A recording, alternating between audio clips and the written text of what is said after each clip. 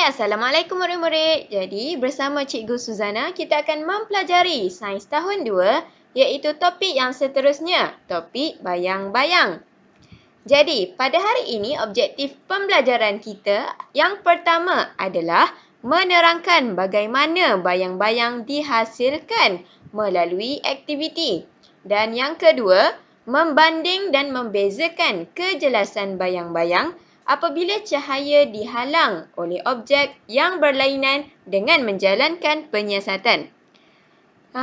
Jadi, sebelum itu, cuba kamu perhatikan dalam video tersebut.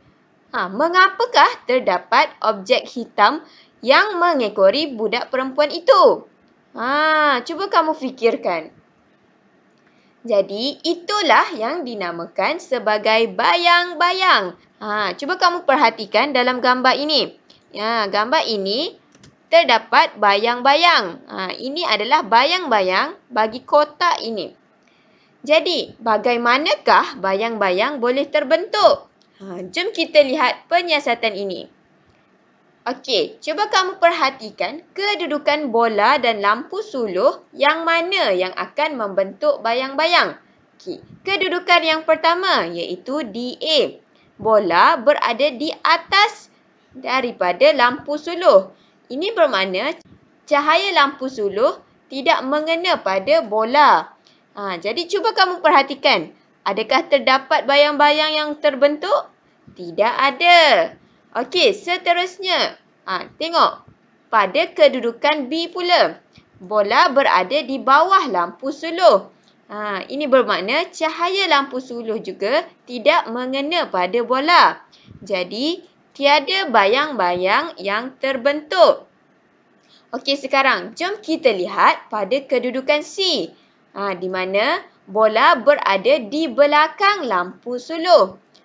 Pada kedudukan ini juga, cahaya dari lampu suluh tidak mengena pada bola. Jadi, tiada bayang-bayang terbentuk. Okey, yang terakhir pada kedudukan D. Di mana bola berada di tengah-tengah antara skrin dan cahaya dari lampu suluh. Ini bermakna cahaya lampu suluh ini akan mengena pada bola. Bola ini akan menghalang cahaya daripada skrin. Jadi, jika kamu lihat pada kedudukan D ini, iaitu bola berada di hadapan lampu suluh, terbentuknya bayang-bayang. Ini bermakna bayang-bayang akan terhasil apabila cahaya dihalang oleh sesuatu objek. Cuba kamu perhatikan dalam gambar yang ditunjukkan di bawah ini. Nampak tak? Lampu ini adalah di mana cahaya dipancarkan mengena pada objek. Jadi, objek menghalang cahaya lalu membentuk bayang-bayang. Jadi, tahukah kamu bentuk bayang-bayang yang terhasil juga adalah mengikut bentuk objek? Cuba kamu lihat dalam gambar di bawah. Objek yang berbentuk bulat, maka bayang-bayang yang terbentuk juga adalah berbentuk bulat. Seterusnya, kalau objek berbentuk segi empat, contohnya objek buku, maka bayang-bayang yang terbentuk juga adalah berbentuk segi empat. Dan yang terakhir, sekiranya objek tersebut berbentuk hati, maka bayang-bayang yang terbentuk juga adalah berbentuk hati. Jadi seterusnya, jom kita lihat tentang kejelasan bayang-bayang. Cuba kamu perhatikan perbezaan bayang-bayang bagi ketiga-tiga cawan tersebut. Tengok ini, cawan yang pertama. Bayang-bayang yang terhasil adalah bayang-bayang yang gelap. Cawan yang kedua, bayang yang terhasil adalah bayang-bayang yang kelam. Manakala cawan yang ketiga, tiada bayang-bayang yang terhasil. Mengapakah perkara ini berlaku? Kenapa bayang-bayang yang terhasil itu adalah berbeza? Ini adalah kerana kejelasan bayang-bayang bergantung kepada jenis objek. Terdapat 3 jenis objek, iaitu objek legap. Objek legap ni maksudnya objek tersebut adalah tebal. Kamu tidak dapat melihat menembusinya. Okey, yang kedua adalah objek lut cahaya. Objek lut cahaya ni contohnya macam plastik. Kamu dapat melihat tetapi kurang jelas.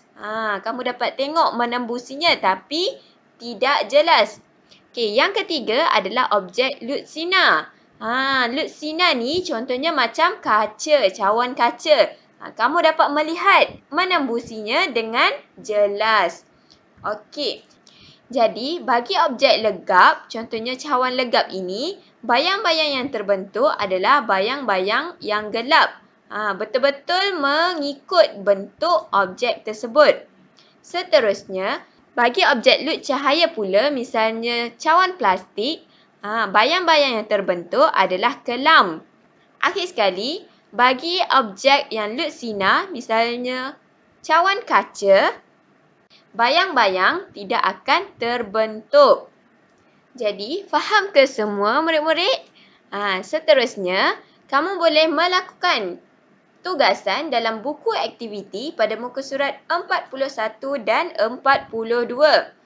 Okey, bagi muka surat 41, langkah-langkahnya yang pertama, susun kedudukan alat dan bahan seperti di jadual di bawah. Yang kedua, pasang lampu suluh dan catatkan pemerhatian di dalam jadual berikut. Jadi, aktiviti ini kamu boleh lakukan di rumah. Pilih satu objek dan gunakan satu lampu suluh. Ataupun kamu boleh juga gunakan cahaya lampu daripada telefon bimbit. Okey, jadi kamu pastikan keadaan rumah kamu berada dalam keadaan yang gelap. Kemudian kamu letakkan cahaya dan objek yang kamu pilih seperti dalam susunan dalam rajah A. Kemudian cuba kamu suluhkan lampu kamu ke atas objek yang kamu pilih dan perhatikan pada layar putih ataupun kamu kenakan pada dinding yang kosong. Cuba perhatikan adakah terbentuk bayang-bayang atau tiada. Jadi kamu boleh tulis di dalam ruangan ini pemerhatian kamu. Okey, yang kedua, kamu susun semula kedudukan objek seperti dalam rajah B. Dan bila kamu suluh lampu suluh kamu, cuba perhatikan adakah terbentuknya bayang-bayang pada dinding rumah kamu. Kemudian kamu tuliskan pemerhatian yang boleh kamu dapati. Seterusnya, kamu jawab soalan nombor 1. Susunan alat dan bahan yang manakah membentuk bayang-bayang? Sama ada susunan A atau susunan B. Jadi, yang kedua, bayang-bayang terhasil apabila cahaya dihalang oleh berikan jawapan kamu. Okey, yang seterusnya bagi muka surat 42, kamu juga boleh lakukan ini di rumah. Jadi, alat-alat dan bahan yang diperlukan adalah layar putih ataupun kamu boleh gunakan dinding rumah kamu. Seterusnya, lampu suluh ataupun apa-apa jenis cahaya lampu ataupun cahaya daripada telefon bimbit kamu. Dan yang ketiga, objek yang hendak diuji. Jadi, susun alat dan bahan seperti rajah di bawah. Jadi, kamu letakkan objek di tengah-tengah antara lampu kamu dan dinding. Seterusnya, pancarkan cahaya lampu ke arah buku nota, iaitu objek yang diuji. Yang ketiga, ulang langkah 2 dengan menggunakan objek lain yang hendak diuji. Contohnya buku nota, seterusnya botol kaca. Yang ketiga adalah pensel dan yang keempat pembaris plastik. Dan yang kelima, plastik transparansi ataupun plastik biasa yang di rumah.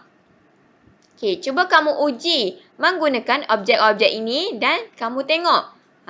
Kejelasan bayang-bayang yang terhasil adalah macam mana? Sama ada jelas atau kurang jelas ataupun tiada.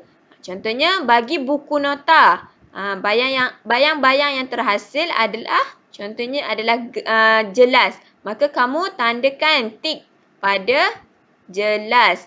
Okey, sama juga menggunakan botol kaca. Macam mana dia punya bayang-bayang? Seterusnya, kamu jawab soalan yang di bawah. Okey, soalan pertama, nyatakan objek yang tiada bayang-bayang. Jadi, berdasarkan pemerhatian yang kamu buat pada objek tersebut, yang manakah yang tiada bayang-bayang? Okey, dan soalan yang kedua, objek manakah yang menghasilkan bayang-bayang yang jelas? Berdasarkan objek-objek ini, yang mana mempunyai bayang-bayang yang jelas? Okey, jadi itu sahaja pembelajaran kita pada kali ini. Sekian, terima kasih. Semoga berjumpa lagi. Bye.